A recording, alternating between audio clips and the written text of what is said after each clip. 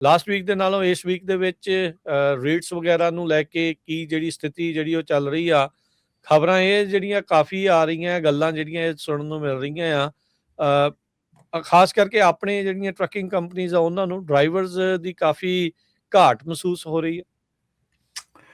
Rajkaran rates ਜਿਹੜੇ ਹੈਗੇ ਆ, ਕਿਉਂਕਿ ਆ ਇੱਕ ਸਲੋਐਸਟ ਸਮਾਂ ਹੈਗਾ ਆ ਜਿਹੜਾ ਕਿ ਬਿਲਕੁਲ ਠੰਡਾ ਹੁੰਦਾ ਇਸ ਵੇਲੇ, ਜਿੱਦਾਂ ਕਿ ਮੌਸਮ ਦੇ ਹਿਸਾਬ ਦੇ ਨਾਲ। ਬਾਕੀ ਮੌਸਮ ਵੀ ਬਹੁਤ ਜ਼ਿਆਦਾ ਜਿਹੜਾ ਖਰਾਬ ਹੈਗਾ ਆ, mid west, east coast, south, even south all the way to mid ਥੱਲੇ ਤੱਕ ਜਿਹੜਾ ਹੈਗਾ ਆ ਉਹ ਪ੍ਰੋਬਲਮ ਹੈਗੀ ਆ। ਜਿਹੜੀ ਸਿਚੁਏਸ਼ਨ ਡਰਾਈਵਰਸ ਦੀ ਆ, ਮੈਂ ਇਹ ਗੱਲ ਕਹੂੰਗਾ ਕਿ ਡਰਾਈਵਰਸ ਦੀ ਸਿਚੁਏਸ਼ਨ ਹੈਗੀ ਵੀ ਆ ਅਤੇ ਨਹੀਂ ਗੀ ਵੀ। ਹੈਗੀ ਆ ਉਹਨਾਂ ਨੂੰ ਜਿਹੜੇ ਨਾਨ ਡੋਮਿਸਾਈਲ ਲਾਇਸੈਂਸ ਯੂਜ਼ ਕਰ ਰਹੇ ਸੀਗੇ। ਯੈਸ, ਡੈਫੀਨੇਟਲੀ ਗੁੱਡ ਡਰਾਈਵਰਸ ਦੀ ਸ਼ਾਰਟੇਜ ਹੈਗੀ ਆ, ਇਹਦੇ 'ਚ ਕੋਈ ਸ਼ੱਕ ਨਹੀਂ ਗਾ। ਪਰ ਓਵਰਆਲ ਜੇ ਕਿਹਾ ਜਾਵੇ ਡਰਾਈਵਰ ਦੀ ਸ਼ਾਰਟੇਜ ਇੰਨੀ ਨਹੀਂ ਹੈਗੀ ਜਿੰਨੀ ਡਰਾਈਵਰ ਦੀ ਸ਼ਾਰਟੇਜ ਦੱਸੀ ਜਾ ਰਹੀ, ਕਿਉਂਕਿ ਜਿਹੜੀਆਂ ਕੰਪਨੀਆਂ ਮੋਸਟਲੀ ਡਿਪੈਂਡੈਂਟ ਸੀਗੀਆਂ ਨਾਨ ਡੋਮਿਸਾਈਲ ਲਾਇਸੈਂਸ ਦੇ ਉੱਤੇ, ਉਹਨਾਂ ਦੇ ਲਈ ਡੈਫੀਨੇਟਲੀ ਇਸ ਵੇਲੇ ਸ਼ਾਰਟੇਜ ਹੈਗੀ ਆ, ਕਿਉਂਕਿ ਉਹਨਾਂ ਦਾ ਮੇਨ ਜਿਹੜਾ ਨਾਨ ਡੋਮਿਸਾਈਲ ਲਾਇਸੈਂਸ ਆ ਉਹ ਨਹੀਂ ਚੱਲ ਪਾ ਰਿਹਾ। ਸੋ ਇਸ ਕਰਕੇ ਉਹਨਾਂ ਦੇ ਲਈ ਸ਼ਾਰਟੇਜ ਡੈਫੀਨੇਟਲੀ ਹੈਗੀ ਆ, ਪਰ ਓਵਰਆਲ ਜੇ ਕਹੀਏ ਤਾਂ ਡਰਾਈਵਰ ਸ਼ਾਰਟੇਜ ਨਹੀਂ ਹੈਗੀ। ਇਹ ਆਪਾਂ ਸ਼ੁਰੂ ਤੋਂ ਹੀ ਇਹ ਗੱਲ ਕਰਦੇ ਆ ਰਹੇ ਆ ਕਿ there is no driver shortage. Driver shortage ਨਹੀਂ ਗੀ, ਡਰਾਈਵਰ ਰਿਟੈਂਸ਼ਨ ਦੀ ਪ੍ਰੋਬਲਮ ਹੈ। ਡਰਾਈਵਰ ਨੂੰ ਜਿਹੜਾ ਰੱਖਿਆ ਜਾਣਾ ਜਾਂ ਡਰਾਈਵਰ ਨੂੰ ਜਿਹੜੀ ਰਿਟੇਨ ਕਰਕੇ ਰੱਖਣਾ ਉਹਦੀ ਪ੍ਰੋਬਲਮ ਹੈਗੀ ਆ। ਸੋ ਉਹੋ ਹੀ ਆਪਾਂ ਪਿਛਲੇ ਵੀਕ ਵੀ ਰਾਜਕਰਨ ਇਹੋ ਹੀ ਗੱਲ ਕੀਤੀ ਸੀਗੀ, ਜਿਹੜੀ ਆਪਾਂ ਇੱਕ ਖਬਰ ਸਾਂਝੀ ਕੀਤੀ ਸੀ। ਉਸ ਤੋਂ ਬਾਅਦ 'ਚ ਮੈਂ ਆਪਣੇ ਪੰਜਾਬੀ ਰੇਡੀਓ USA ਨੇ ਜਿਹੜੀ ਕਲਿੱਪ ਜਾਰੀ ਕੀਤੀ ਸੀ, ਉਹਨਾਂ ਦੇ ਥੱਲੇ ਮੈਂ ਕਮੈਂਟਸ ਵਗੈਰਾ ਪੜ੍ਹਦਾ ਸੀਗਾ ਜੀ। ਸਾਡਾ ਕੋਈ ਮਕਸਦ ਨਹੀਂ ਹੈਗਾ ਕਿ ਅਸੀਂ ਡਰਾਈਵਰ ਦੇ ਲਈ ਘੱਟ ਪੇ ਚਾਹੁੰਦੇ ਹਾਂ। ਸਾਡਾ ਕੋਈ ਮਕਸਦ ਨਹੀਂ ਹੈਗਾ ਕਿ ਅਸੀਂ ਕੰਪਨੀਆਂ ਨੂੰ ਕਹਿੰਦੇ ਹਾਂ ਵੀ ਉਹ ਨਾ ਪੇ ਕਰਨ। ਸਾਡਾ ਇਹ ਕੋਈ ਮਕਸਦ ਨਹੀਂ ਹੈਗਾ। ਸਾਡਾ ਮਕਸਦ ਸਿਰਫ ਇਹ ਹੈਗਾ ਵੀ ਇਸ ਢੰਗ ਦੇ ਨਾਲ ਜਿਹੜੀ ਆ ਡਰਾਈਵਰਾਂ ਪਿੱਛੇ ਦੇਖੋ, ਜਦੋਂ ਆਪਾਂ ਲੋਡਾਂ ਪਿੱਛੇ ਇਹੋ ਹੀ ਵਾਰ ਸ਼ੁਰੂ ਕਰਦੇ ਹਾਂ ਤਾਂ ਲੋਡਾਂ ਦੇ ਰੇਟ ਜਿਹੜੇ ਉਹ ਖਰਾਬ ਹੁੰਦੇ ਆ। ਡਰਾਈਵਰਾਂ ਪਿੱਛੇ ਜੇ ਤੁਸੀਂ ਵਾਰ ਸ਼ੁਰੂ ਕਰਦੇ ਆ ਤਾਂ ਡੈਫੀਨੇਟਲੀ ਤੁਹਾਨੂੰ ਹਰਟ ਹੁੰਦਾ ਆ। ਇਹਦੇ 'ਚ ਨਾ ਸਾਡਾ ਕੁਝ ਜਾਂਦਾ ਆ, ਨਾ ਰੇਡੀਓ, ਨਾ ਕਿਸੇ ਦਾ, ਠੀਕ ਹੈ ਨਾ। ਅਸੀਂ ਤਾਂ ਸਿਰਫ ਇਹ ਕਹਿੰਦੇ ਹਾਂ ਕਿ ਤੁਸੀਂ ਇਹ ਬਿਡਿੰਗ ਵਾਰ ਜਿਹੜੀ ਹੈ ਨਾ, ਜਿੱਦਾਂ ਇੱਕ ਦੂਜੇ ਦੇ ਡਰਾਈਵਰ ਲੈ ਕੇ ਜਾਣੇ, ਇਹ ਚੀਜ਼ਾਂ ਨਹੀਂ ਕਰਨੀਆਂ ਚਾਹੀਦੀਆਂ। ਇਹ ਚੀਜ਼ਾਂ ਦੇ ਨਾਲ ਤੁਹਾਡਾ ਆਪਣੀ ਸਾਖ ਔਰ ਆਪਣੀ ਇੰਡਸਟਰੀ ਹੀ ਥੱਲੇ ਜਾਂਦੀ ਆ, ਕਿਸੇ ਨੂੰ ਕੋਈ ਨੁਕਸਾਨ ਨਹੀਂ ਹੁੰਦਾ। ਸੋ ਇਸ ਕਰਕੇ ਜਿਹੜੀ ਡਰਾਈਵਰ ਸ਼ਾਰਟੇਜ ਆ ਡੈਫੀਨੇਟਲੀ ਉਹਨਾਂ ਕੰਪਨੀਆਂ ਵਾਸਤੇ ਹੈਗੀ ਰਾਜਕਰਨ, ਜਿਨ੍ਹਾਂ ਦੇ ਨਾਨ ਡੋਮਿਸਾਈਲ 'ਤੇ ਡਿਪੈਂਡੈਂਸੀ ਸੀ, ਲੇਕਿਨ ਜਿਨ੍ਹਾਂ ਦੀ ਨਾਰਮਲ ਚੱਲ ਰਿਹਾ ਹੈਗਾ ਕੰਮ, ਦੇ ਆਰ ਫਾਈਨ। ਅੱਛਾ, ਅੱਗੇ ਜਿੱਦਾਂ ਹੁਣ ਲੋਡ ਦੇ ਪ੍ਰਾਈਸਿਸ ਇਹ ਵੀ ਸੁਣਨ ਦੇ ਵਿੱਚ ਆ ਵੀ ਪਹਿਲੋਂ ਨਾਲੋਂ ਤਾਂ ਅੱਗੇ ਨਾਲੋਂ ਬੈਟਰ ਜਿਹੜੀ ਹੋਏ ਆ, ਕਿਉਂਕਿ ਲੈ ਕੇ ਜਾਣ ਵਾਲੇ ਲੋਕ ਜਿਹੜੇ ਉਹ ਘਟ ਗਏ ਆ।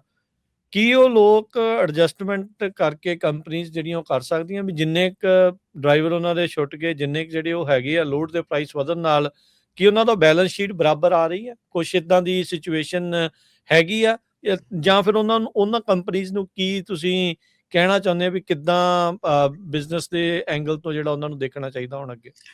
ਦੇਖੋ ਰਾਜਕਰਨ, ਇੱਥੇ ਇੱਕ ਗੱਲ ਬਿਲਕੁਲ ਮੈਂ ਕਹਿ ਦੂੰਗਾ ਸਾਫ਼ ਕਲੀਅਰ ਕਿ ਅਗੇਨ ਮੈਂ ਬਾਰ-ਬਾਰ ਉਹੀ ਗੱਲ ਕਹਿ ਰਿਹਾ ਕਿ ਜਿਨ੍ਹਾਂ ਦੀ ਡਿਪੈਂਡੈਂਸੀ ਨਾਨ ਡੋਮਿਸਾਈਲ 'ਤੇ ਨਹੀਂ ਸੀਗੀ, ਦੇ ਆਰ ਹੈਪੀ। ਉਹ ਖੁਸ਼ ਹੈ ਕੰਪਨੀਆਂ, ਕਿਉਂਕਿ ਉਹਨਾਂ ਦੇ ਲਈ ਬਿਜ਼ਨਸ ਐਜ਼ ਨਾਰਮਲ ਹੈ, ਪਰ ਰੇਟ ਵਧ ਰਹੇ ਆ, ਠੀਕ ਹੈ ਨਾ। ਹੁਣ ਜਿਹੜੀ ਕੰਪਨੀ ਡਿਪੈਂਡੈਂਟ ਸੀਗੀ ਨਾਨ ਡੋਮਿਸਾਈਲ ਦੇ ਉੱਤੇ, ਉਹਦੇ ਆਬਵੀਅਸਲੀ ਟਰੱਕ ਖੜੇ ਹੋ ਗਏ। ਟਰੱਕ ਖੜੇ ਹੋਣ ਕਰਕੇ ਉਹਨਾਂ ਦੇ ਇਸ਼ੂਜ਼ ਵੱਧ ਗਏ, ਪ੍ਰੋਬਲਮਸ ਵੱਧ ਗਈਆਂ। ਸੋ ਇਹ ਜਿਹੜੀ ਚੀਜ਼ ਹੈਗੀ ਆ, ਰੇਟਸ ਜਿਹੜੇ ਹੈਗੇ ਆ ਮਾਈਨਰ, ਕੋਈ ਜ਼ਿਆਦਾ ਐਵੇਂ ਕਹੀਏ ਵੀ ਆਪਾਂ ਬਹੁਤ ਜ਼ਿਆਦਾ ਹਾਈ ਗਏ ਆ, ਕੋਈ ਏਡੇ ਹਾਈ ਨਹੀਂ ਗਏ ਹੈਗੇ, ਕਿਉਂਕਿ ਇੱਕ ਟਾਈਮ ਐਸਾ, ਇੱਕ ਸੀਜ਼ਨ ਨੇ ਜਿਹੜਾ ਮੌਸਮ ਟਾਈਮ ਆ ਇਸ ਵੇਲੇ ਸਲੋ ਹੀ ਹੁੰਦਾ ਆ, ਇਹਦੇ ਵਿੱਚ ਇੰਨਾ ਜ਼ਿਆਦਾ ਕੰਮ ਨਹੀਂ ਹੁੰਦਾ। ਇਸ ਕਰਕੇ ਪ੍ਰੋਬਲਮ ਜਿਹੜੀ ਹੈਗੀ ਆ ਉਹ ਉੱਥੇ ਖੜੀ ਆ ਕਿ ਜਿਨ੍ਹਾਂ ਦੇ ਨਾਨ ਡੋਮਿਸਾਈਲ ਜ਼ਿਆਦਾ ਡਰਾਈਵਰ ਹੈਗੇ, ਉਹਨਾਂ ਦੀ ਪ੍ਰੋਬਲਮਸ ਵਧੀਆਂ ਹੈਗੀਆਂ।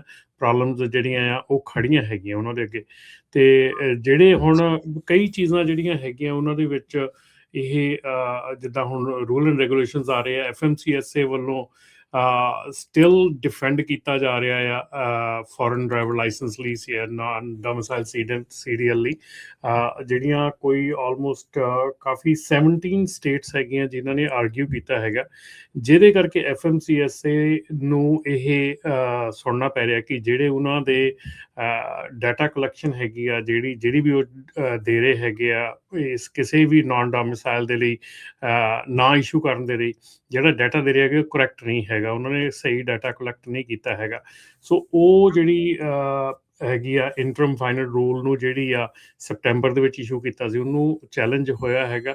ਸੋ ਉਹਦੇ ਲਈ ਹੁਣ ਜਿਹੜਾ ਇੱਕ ਨਵੇਂ ਸਾਈਡ ਤੋਂ ਜਿਹੜੇ ਉਹਦੇ ਕਮੈਂਟ ਪੀਰੀਅਡ ਇੱਕ ਦਿੱਤਾ ਹੈਗਾ, ਕਮੈਂਟ ਚੱਲ ਰਹੇ ਹੈਗਾ, ਸ਼ੁਰੂ ਹੋਣੇ ਆ। ਸੋ ਉਹ ਵੀ ਇੱਕ ਬਹੁਤ ਜ਼ਰੂਰੀ ਹੈਗਾ ਕਿ ਜਿਹੜਾ ਉਹ ਕਮੈਂਟਸ ਹੈਗੇ ਆ ਉਹ ਕੀਤੇ ਜਾਣ। ਤੁਸੀਂ ਕੀ ਸੋਚਦੇ ਆ?